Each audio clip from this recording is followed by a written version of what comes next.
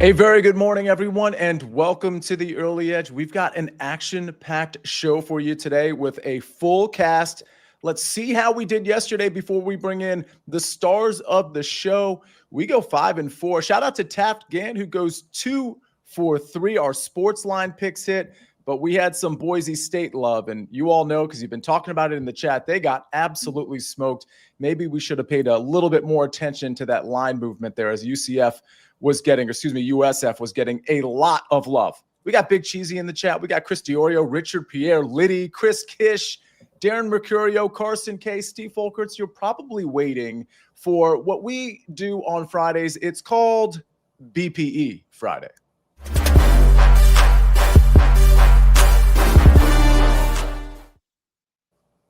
Here we go. We got Brasco doing the robot. We got Mackenzie raising the roof. We got buckets off camera. No surprise there. Chip Patterson.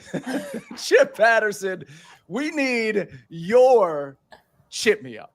Good morning, Sia. Good morning, Buckets. Good morning, Danny. Good morning, kids. Good morning, Ben. Good morning, Early Edge fam. Pick me up part 2 because I recorded one earlier just in case I didn't make it. That's how much I want to deliver that chip me up to the Early Edge fam. But the one from the rental car center, throw it in the trash because I'm here. IRL. We got not 1, not 2, but 3 college football plays. Because Sia, what was our record last BPE Friday in college football? If I may, 3-0, Chip Patterson. Yeah, let's try to run that back right now. So fired up for the weekend. Hope y'all are doing well.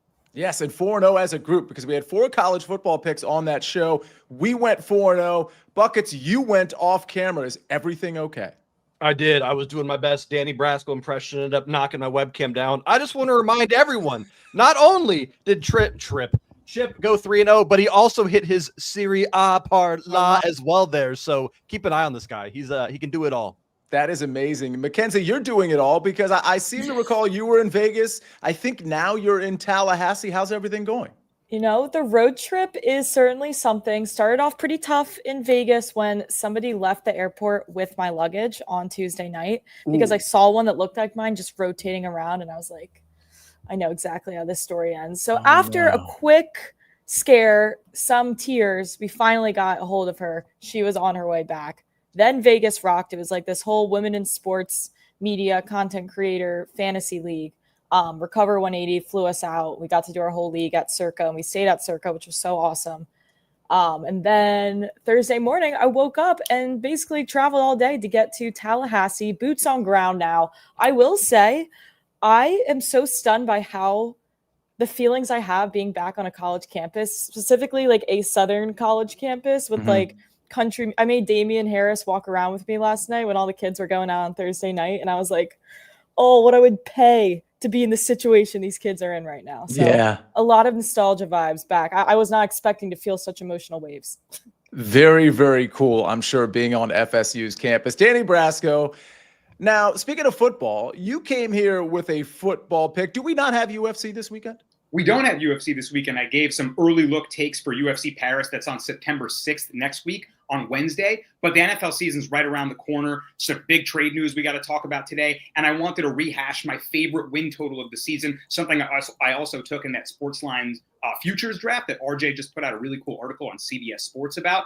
And I'm going to give that to you guys here with some more points I can make that on. But I want to shout out my guy, Richard Pierre, who's the only guy who got my Dave Chappelle robot dance reference in the chat. Richard, you are one of one, my friend.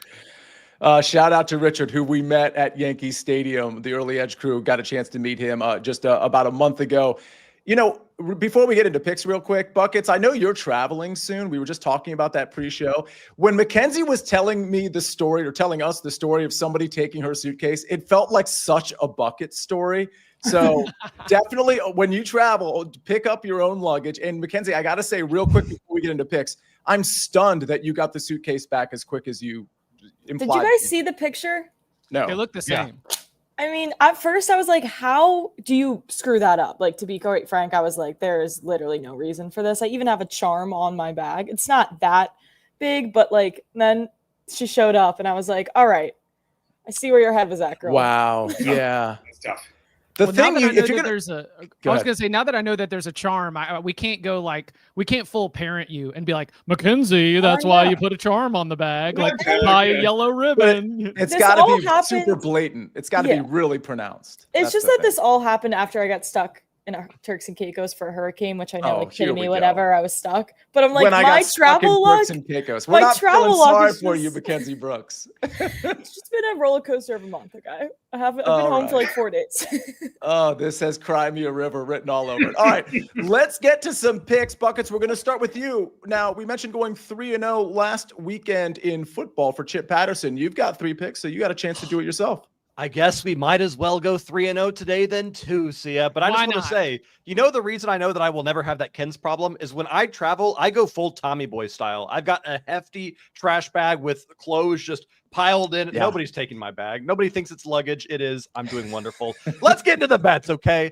I know that for the last couple of weeks, people have been saying, Buckets hasn't bet BTTS in a while. He must be scared. He must be No, don't even start with me, because are you ready for this? BTTS. I've got 3 BTTSs, and we're starting with Danny and Chip's Serie A, baby, because Italy is back, and I am so excited to see Cremonese playing in the top flight against Sassuolo. Cremonese is a newly promoted team. Everyone said they were going straight back down. They didn't have the talent. They didn't have the depth. Well, they started their season off by beating AC Milan. So maybe sometimes talent and depth don't really matter when you're just this good of a team playing with this much heart. I love BTTS here because as good as that win was, they're still Cremonese. They're going to concede goals here. And Sassuolo looked good in their opener, minus not scoring a goal. I think we see goals in this first one. Chip, I'm hoping you agree with me. Then we go to the Bundesliga. Hamburg taking on St. Pauli. St. Pauli is this defensive-minded team. This is a team that likes to sit back, play a back line, and really just fight for these scrappy 0-0 games. At least that's what they were last season. They just played Dortmund to a 3-3 draw where defense was optional, and they looked happy doing it. This is a newly found team this season, and as they play a newly promoted side in Hamburg, they're going to go for points here, but Hamburg playing at home in their first match of the season back in the Bundesliga, it's going to be rowdy, and we're going to see goals here. BTTS again in this one. Third and final play, we go to France's Ligue 1, where we have RC Lens taking on Stade Brest. I won't go full Micah Richards here, so bear with me. Both teams to score at minus 130, taking BTTS again here. Stade Brest in their first 2 games have already seen 5 goals conceded and 3 goals scored. This is a team that is not playing defense in any capacity this season. Lens is probably the better team, but they don't really look great to start the season here. I have no clue who's going to win, so we default Sia with both teams to score. All I heard there towards the end was Micah. Can I get real quick before Mackenzie, you give out your college football pick? Can I get your reaction to when you heard the Micah Parsons news?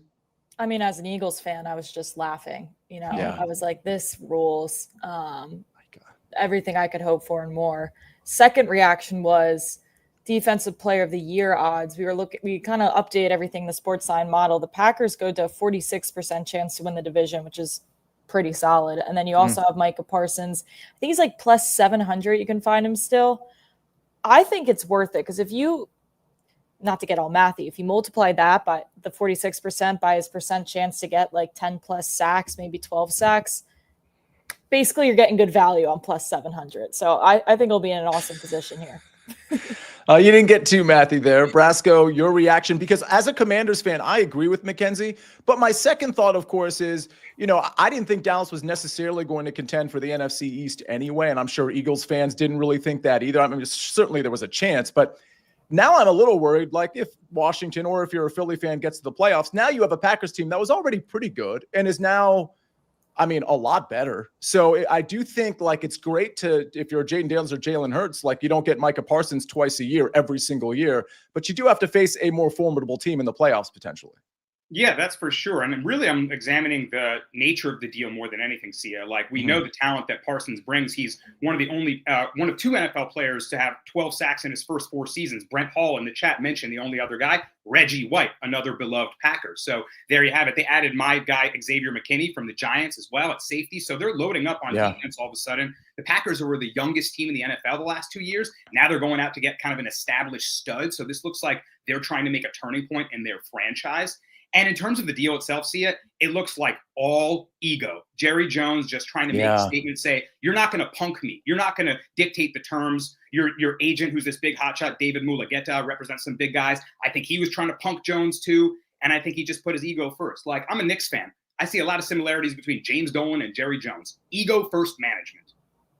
Yeah, it's an interesting point. I mean, don't mess with Texas. It's the first thing I thought of with the Nico Harrison situation and Luka. They probably weren't super satisfied with him. I don't know if that's an ego thing necessarily, but he was sort of on the Zion Williamson diet plan, and he just got off of it as a result of being traded and having an offseason. And I wonder if stuff like that sort of played into it. Luka wasn't doing it the Dallas Mavericks way. Micah Parsons and his agent weren't doing it the Dallas Cowboys way, and they get shipped out of town. I think it's very – Chip, any reaction there? Yeah, I mean, I just keep coming back to the commentary that Jerry Jones would rather be popular than win, that like they would rather have the attention than get more Super Bowls. And while that's a great plan if you're running a podcast, or it's a great plan if you're, trying to be out here promoting the early edge, no, it's not a good plan if you're an NFL owner or an NFL general manager or an NFL owner / general manager, because you're not going to hand it all off. So, this just falls right in line with the growing conversation around the ownership of the Dallas Cowboys. Brasco. Yeah, I just wanted to add in terms of like the actual defensive personnel, the Cowboys rely a lot on their pass rush. You lose your only pass, Kenny Clark, who they got in that deal, is a great run stopper, but the guy had 1 sack. So you're reliant on a pass rush and a pretty opportunistic secondary that relies on creating turnovers more so than just shutting receivers down. I think that's a huge loss for their defense, which may have not been that good anyway with Parsons. Now I think they have some serious glaring holes. Well, I think what copium when Jerry Jones at the press conference is talking about the run defense. Like, oh, okay. Like, so that's what it was. You traded away a generational pass rusher. So for Kenny Clark, right? That just to shore up the run defense. Okay. Well, I think one thing people don't appreciate or fully appreciate is how much the pass rush affects the DBs. I mean, I think that's an obvious point, but I think you start to realize how good or bad your defensive backs are when you don't have a pass rush, when you have to stick to that receiver or just play defense for a second longer, a second and a half longer. That can really wreak havoc, which does portend pretty well for the Dallas Cowboys offense if you're picking up Dak or CD or George Pickens in fantasy. We do have to move on to college football. Mackenzie, we got so many college football picks on this show, including a producer pick. We also have a futures and NFL futures division parlay that I'm going to give out. So we got a lot to get to. Talk to me, Mackenzie, about LSU. Yes, the Battle of Death Valley. It's going to be very, very exciting stuff here. I almost went with the sicko mode pick, UMass Moneyline. I will still put that out in the universe because these are two teams that are objectively bad at football and one's at home. And that's how I think they're going to win this. Back to LSU on the road. I'm kind of a Clemson hater. I feel like I've kind of had that bit through the summer, like at Miami. I guess maybe I'm just an ACC hater, but that's not true because I really like SMU and Georgia Tech. Point being, we are reading so much into this Clemson brand name, and everyone's so excited that Dabo's in the transfer portal. The 4 transfers, may I remind you. 1 from Southeast Missouri.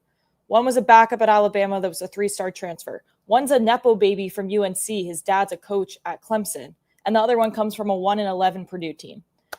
Are they going to improve the team? Sure. Are you going to fix every single problem that you had last year that allowed you to be 0-3 to SEC teams, minus 160 on the ground? Okay, SEC teams were averaging 250-plus rushing yards. They even allowed 250-plus rushing yards to Stanford. Okay, so think on that for a second. I think LSU is going to win the game on the ground. I think they have the slate tackling advantage, sack advantage as well. I do think Clemson certainly has a turnover advantage. We all know how Garrett Nussmeier can get there. But as far as the other things, they will outweigh that turnover situation in my head. And I'm just asking even for a field goal loss. I think they can certainly win this game outright. But when I'm getting the +4 for the people, I think it's good if we can still get that field goal loss and cover. I don't know what I'm missing until Clemson can actually beat a solid team and or an SEC team. This time last year, they got smacked by 30-some points by Georgia. Not that everyone has to remember that, but I remember that. So I'm just saying, I think we're giving this Clemson team a little too much respect in week 1 of the season.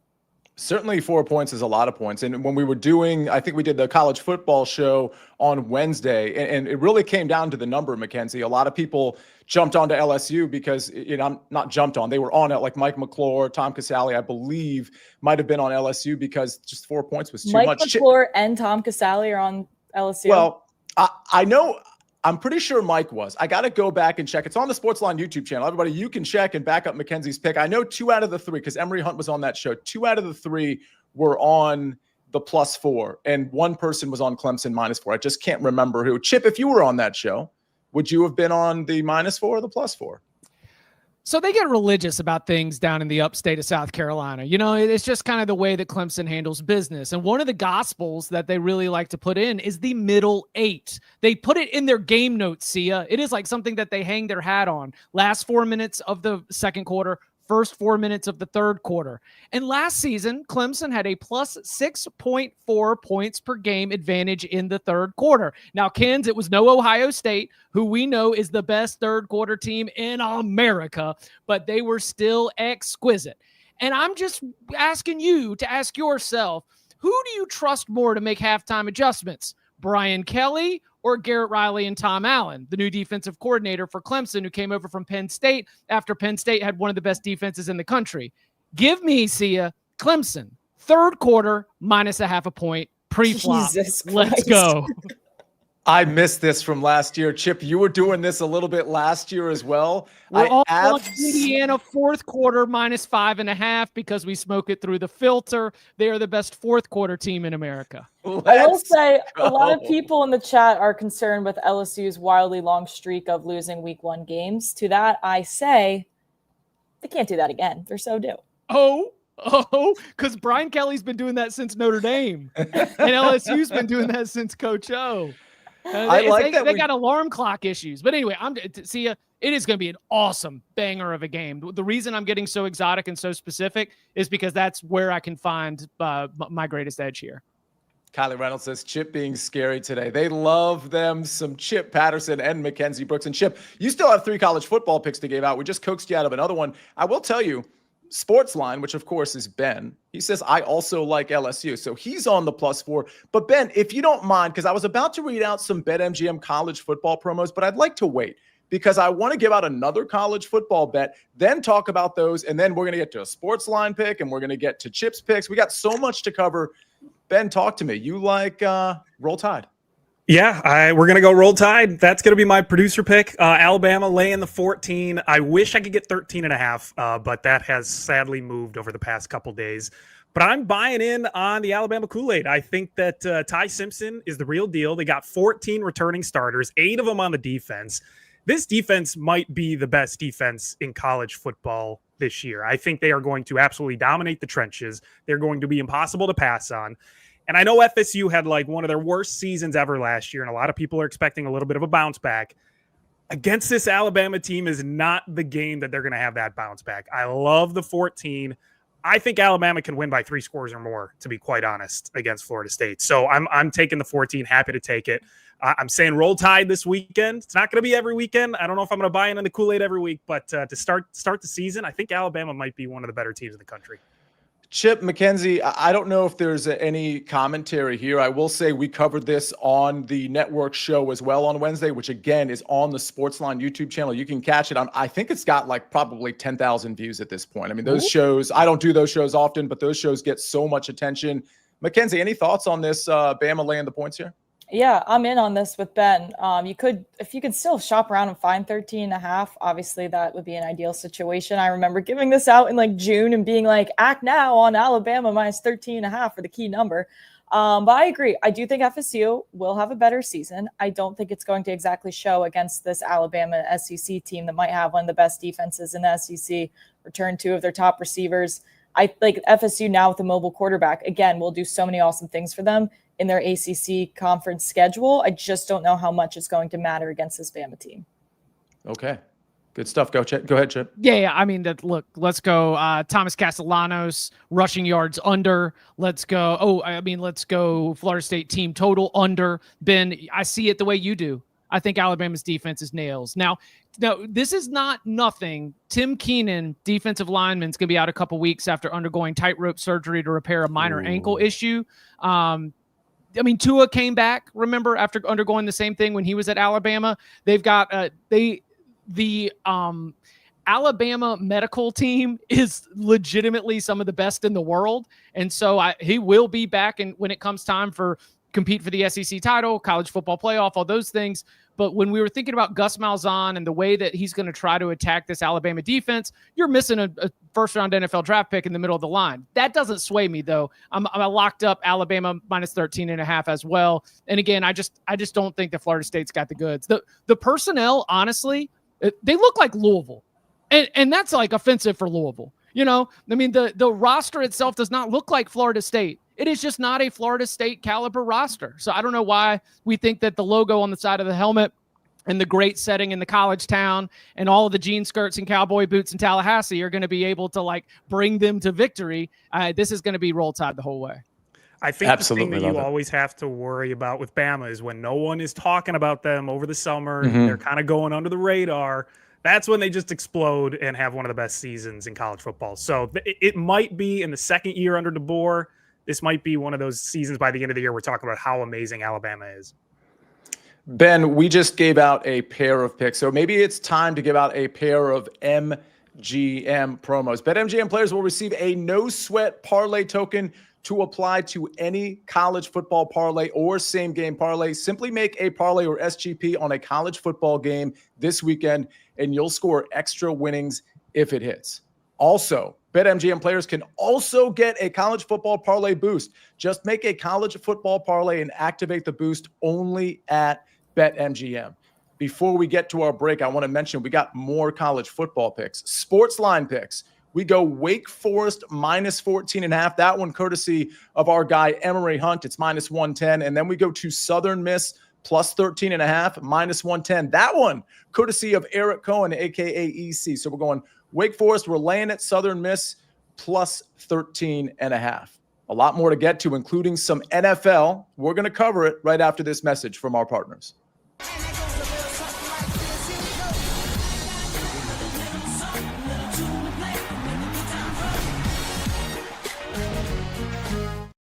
We are back on the Early Edge, brought to you by BetMGM, the sportsbook born in Vegas. Danny Brasco, we got NFL. We're 6 days away from NFL season. Put your favorite number 6 in the chat. You're coming. So it's interesting because the standings, or I should say the odds changed a little bit in the Packers division, right? We have Detroit and Green Bay. They sort of flip-flopped. And then we've got, Chicago Bears lurking there and the Minnesota Vikings as well. You've got to play on a Minnesota Vikings under. I do, and this is one of my favorite win totals, perhaps my favorite win total of them all. It's one of the first futures that I brought to SportsLine, and I'm just simply a J.J. McCarthy year one denier. I'm going with the Minnesota Vikings under 9.5 wins on the season. I don't think this is going to be a 10-7 or better team. You look at Kevin O'Connell, the QB whisperer, and what he did with Sam Darnold last year. They way outperformed expectations, and they were humming with Justin Jefferson, Jordan Addison, right? He made a really dynamic offense. I don't think that success will be so easily replicated just throwing J.J. McCarthy in there. Sam Darnold had a pretty tough road and, arduous path.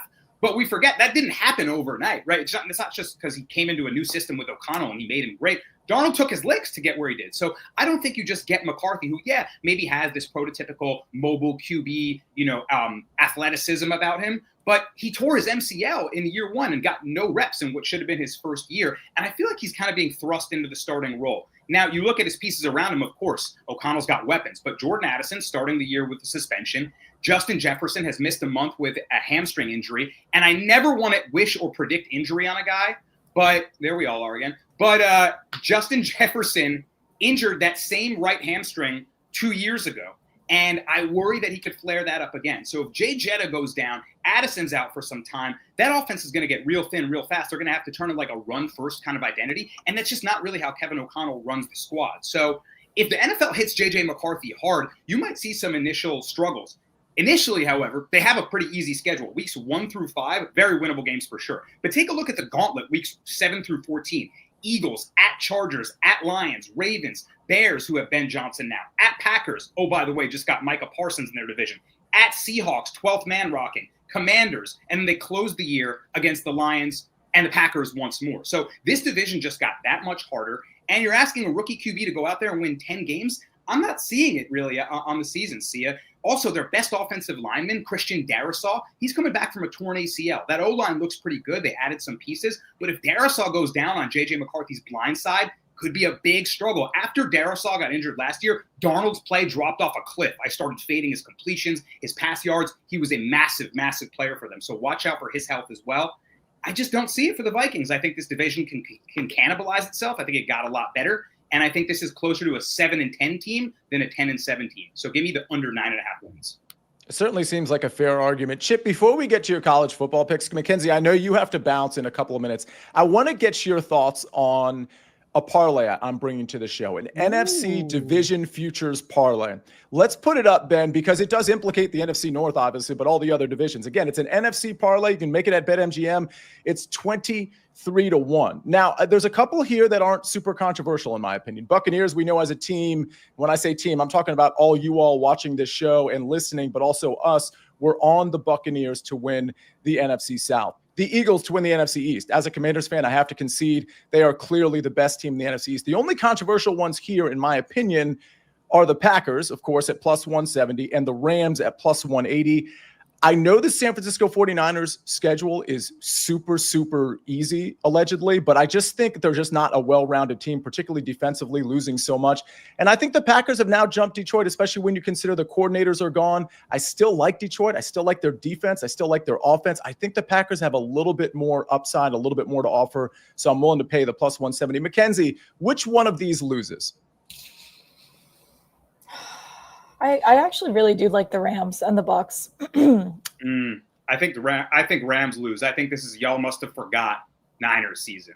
Yeah, all their defense is all gone. I'm they out don't on have the Niners. And they don't have receivers. If anything, I'm in on the Seahawks, if I'm going to be honest. Yeah, I was going to say, you're trusting Matthew Stafford, right? Yeah. Well, I do think Jimmy Garoppolo is a decent enough backup under Sean McVay's tutelage, who is such a good quarterback whisperer, that I think they can get through and still potentially win the division if Stafford goes down. It's good. Yeah, it might be a lot of beating. It's going to be disgusting, whatever it is in that FC West. That's what I'm picking up on here. So I would go Seahawks or Rams would be my two. Yeah, that's totally fair. The Packers one is obviously controversial because I think you could go Detroit there, but I will also say you could make two versions of this parlay, have the Rams in one, the 49ers in another, and you're still getting somewhere in that 20-1 range. So something to consider, or you live bet the particular division outright. But anyway, this is something that I've put in.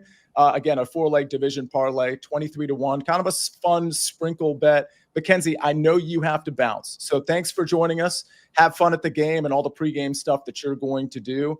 And Buckets, I got to ask you, can we put the graphic up again? Buckets, which one of these is going to lose?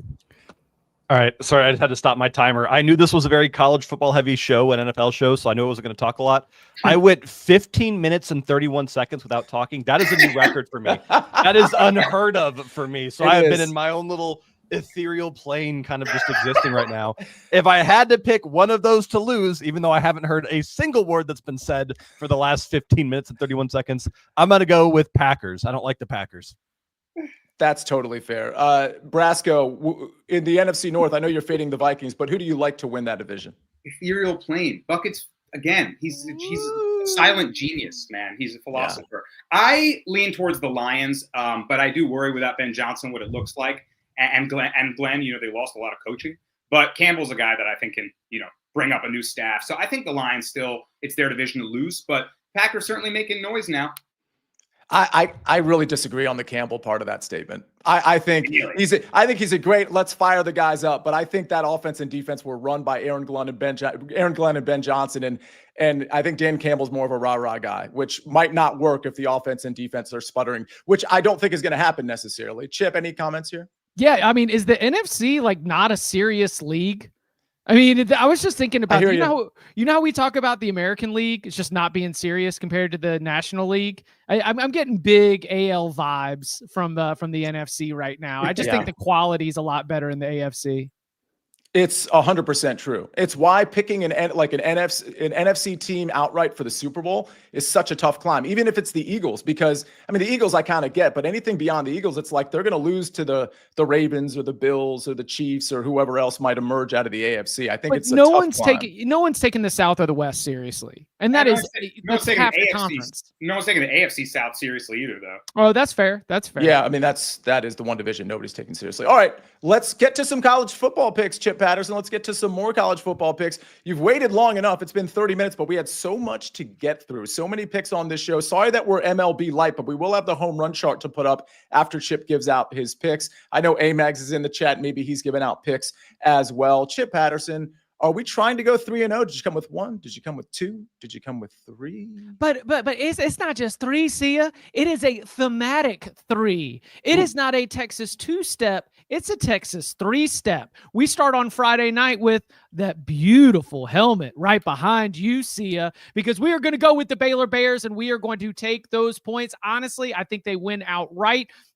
Auburn, on paper, is the more talented team, but good golly, the vibes stink. And I just hear that you might be playing 3 quarterbacks. I hear that you've got 3 different play callers, and I see that all of the reports from training camp that have just been horrendous. I just don't trust that team to go into Waco, where Dave Aranda finished the regular season last year with 6 straight wins and now has a group with a ton of returning production. I think Sawyer Robertson's the best quarterback in this game. I think Baylor wins outright, but I'll take the points just for the heck of it. So give me Baylor. Then on Saturday, keeping the Texas 3-step theme going, everybody wants a piece of Ohio State, Texas. Chip, what's your play? What's your play? What's your play? My play is on continuity, because when I think about having to go into this game, Ohio State's got a new offensive coordinator, new defensive coordinator, new quarterback that has not started a game in Julian Sayin. Texas has had the same offensive, defensive coordinator, special teams coordinator for nearly a half decade. And while Arch Manning, this will be his first full year as a starter, he has spent 30 months on campus as a part of this football program, including a couple starts. I think Texas is just a little bit more buttoned up coming out of the gates. Go look at how Texas threw the first punch when they played at Michigan, when they played at Alabama. Steve Sarkisian, great first 15 play scripter. So I got Texas in the first half plus 1.5 points, or plus a half a point, whatever you can get right there at the current line. Then keeping it going, now we're going to Kyle Field. Now we're going to College Station, Texas A&M and UTSA, where I just think that big bodies still matter in college football. UTSA just doesn't have the size at the line of scrimmage, in my opinion, to not just get run over by Texas A&M. Remember, while the Aggies finished back at Texas 8-4, they were also 7-1 entering November. So if you want to fade them later, that's fine. But Mike Elko got this group off to a hot start. I think they'll be getting their their best foot forward here. So I'm going to go minus 13.5 in the first half for Texas A&M. All right. We got 3 picks. Absolutely love it. I mean, this is going to be, Chip, like, it's on now. We've got, it's going to feel like we have football every day now. Yeah, I mean, this is we spend so much time building our models and arranging our predictions, and then Boise State pees down its leg in Raymond James Stadium. You know, it's just like the thing that is so beautiful about this is how much time we are so certain about everything, and things that will be proven wrong immediately, even within the context of a game. NC State goes up 17-0 last night. The group chat's firing off like juggernaut response season, and then they piss down their leg, and then here comes ECU, even with the chance to go and win it. So I love this sport so much. I'm so happy that we're rocking and rolling. Absolutely. Let's put up the MLB home run plays. Amags is in the chat. He says, I will be talking all things pitchers for today in my SportsLine article. Should be posted on the website around 1 to 2 p.m. If you're listening on the podcast, Apple or Spotify, just know that if you're a SportsLine member, you're getting these articles. You just go to sportsline.com/join and you type in the promo code WINNERS. You get 60% off the annual plan. That's all the articles, all the picks, all the DFS plays, all the model simulations, SportsLine home run picks, you name it. SportsLine's got it. These are the top MLB home run plays. Eugenio Suarez, plus 200 versus plus 490. Oh my gosh, that is some serious value from the Inside the Lines crew. Then we go to Riley Green, plus 340 versus plus 450. And am I going to pronounce this wrong? Willie Adames? Yeah, plus 440 versus plus 520. I've got so many names in my head, from college football to soccer to baseball. Sometimes I'm going to screw these up, but those are our 3 MLB home run plays, and I'm sure Amags will have something to say as well from a home run perspective. Buckets, you've got something to say. Didn't someone yesterday crank like 4 home runs in a single game or something? Schwarber. Was that Schwarber? It was Schwarber, and Suarez did it earlier this season. And so that was the thing, is now Suarez has got to get it back. He was like the only player who'd hit 4 home runs. Now he's going to be swinging for the fences. I love that. All right, that's where I was going with that, Chip. I just wanted to get you in on the fun there. Yeah, let's go for Suarez off the board here, Sia. Suarez. Oh, he's on the board. Oh, let's go for Suarez on the board here. Totally. Either way, Suarez on the board. Let's see if we have any chat questions. Steve Folkerts. Oh, Nick Kurtz too. Yeah, good call, Japan. Sorry about that. I didn't want to short. I think Nick Kurtz is a Wake player, so I don't want to short the Demon Deacon his time of glory. But yeah, Suarez, Kurtz, and Schwarber have all hit 4 home runs in a single game this season. That is completely ridiculous. Yeah, thank you, Jen. I'm because I'm trying to say it the way Sniper says it. She says if you're listening to the podcast, you could just call him Gino. It's a tricky name to say the way you say Eugenio or whatever. But I'm trying to go the Sniper way because he's like the buttoned up pronunciations, and so I'm taking the hard route there. All right, let's go to Steve Folkert. Says I like Colorado plus 4.5. He likes Baylor money line. That Colorado Georgia Tech game I think is super tricky, which is why I'm probably laying off. Chip, not that my opinion matters that much, but if I was going to go somewhere, it would probably be to Haynes King and their running back and just the way they run their offense. But from what I'm hearing, the Colorado interior is a little bit stronger than what I thought it was. Let's say like a year ago or even 2 years ago.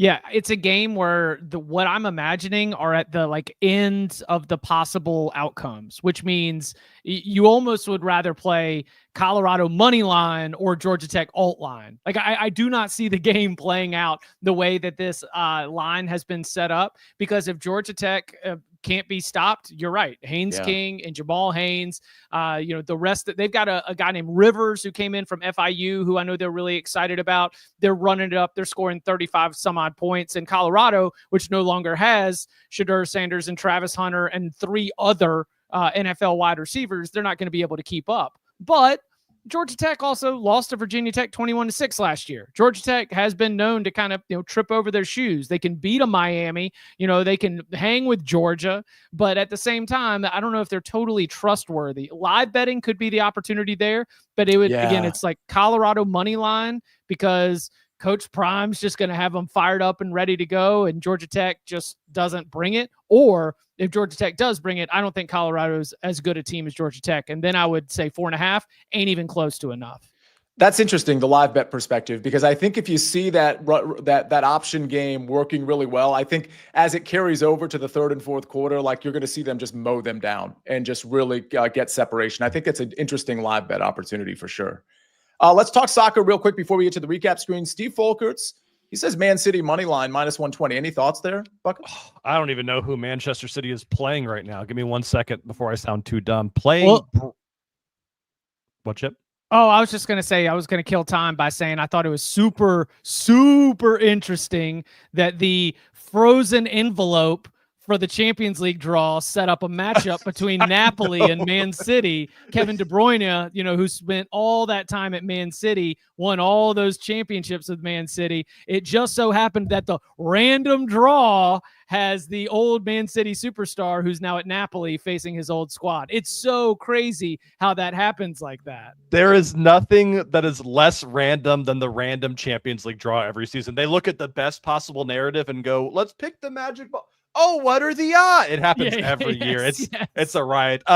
All that to say, Steve, I agree with you. I like Man City money line. They did get beaten badly by the Spurs, but as we all know with City, this is not a team that tucks their tails and go, oh, what was me? They come back, and whoever the poor victim is of their next match, they will beat to a pulp. The fact that that's minus 120 is asinine to me. I think they're going to put in 3 goals in this one. Brighton's good. I'll give them that. They're good at home, but City is on a warpath now after that loss.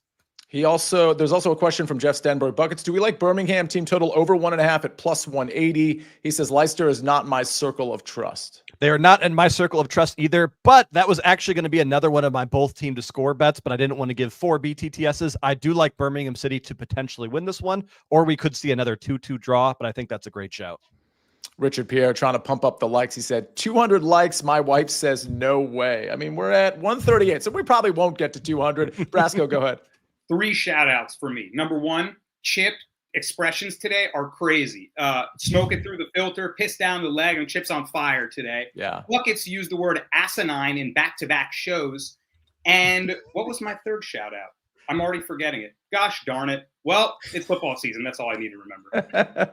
It is football season. All right. It's probably time to get to the recap screen. This has been a great show, a very crowded show. Brasco, go ahead. Yeah. Pat Gant was in the chat, and he was all over yeah. under 53 in Nebraska. I'm a rider, guys. I tail. I don't cap college football, but I'm listening to what you guys. I reverse laddered it because I had a guy at Nebraska University who said, this is a great bet, Danny. I love it. I took it down to 41.5 at plus 240. Reverse ladder. They dropped 37 total points. Taft, what a sweat-free winner. Free money. Good stuff, Taft. Taft in the chat, and he also pointed out that Ben is undefeated with his football picks so far this season. Which has he made one? He might have made one. I'm not really sure, but either way, undefeated nonetheless. So Taft, shout out to you, shout out to Amags, Big Cheesy, Jason Rod, Kylie Reynolds, KC3. Thanks everybody for being in the chat. All right. Let's go to our picks. Yeah, I've got a division parlay, just something for fun. I'm going to have my NFL props and picks starting next week, so look forward to that. Did really well last year. Let's see if I can keep it going. Packers, Bucks, Eagles, Rams. That's my future parlay. Again, that's a division winner parlay at 23-1. Then we go to some actual standard bets for the day. We've got Cremonese versus Sassuolo. Both teams to score -120. I probably screwed that up. Sorry. Cremonese, Sassuolo. Yeah. Okay. I should be paying attention. Hamburg versus St. Pauli. Both teams to score -125. That was easy. RC Lens versus Stade Brest. Both teams to score -130. 2 out of 3 ain't bad. Minnesota Vikings under 9.5 wins -125, says Danny Brasco. And then we've got Mackenzie Brooks saying LSU +4. Then Chip Patterson. It's a 3-pack. Baylor +2. Texas first half +0.5. Texas A&M first half -13.5. Then we go to our SportsLine picks. Wake Forest -14.5, says Emery Hunt. And Southern Miss +13.5, says Eric Cohen. Both of those -110. And then we've got our producer pick. Ben jumps in and he says Roll Tide, Alabama -14 at -110. And then finally, we go to our home run picks. Shout out to Gino Suarez, +200 versus +490. Then we go to Riley Green, +340 versus +450. And Willie Adames, +440 versus +520. Really good stuff from the crew. This was a very long show, but that's what happens. We got soccer, we got MLB, we got college football, we got some storytelling, we got NFL, we got futures, we got Micah Parsons talk. There's so much to talk about, and we're going to continue that on CBS Sports Network today at 1 o'clock. We've got an NFL futures show. You're not going to want to miss it. It's going to be Larry Hartstein, I believe, RJ White, myself, and Will Brinson is going to be on that show. Make sure you're dialed in to CBS Sports Network. And, of course, it'll probably be put on the SportsLine YouTube channel.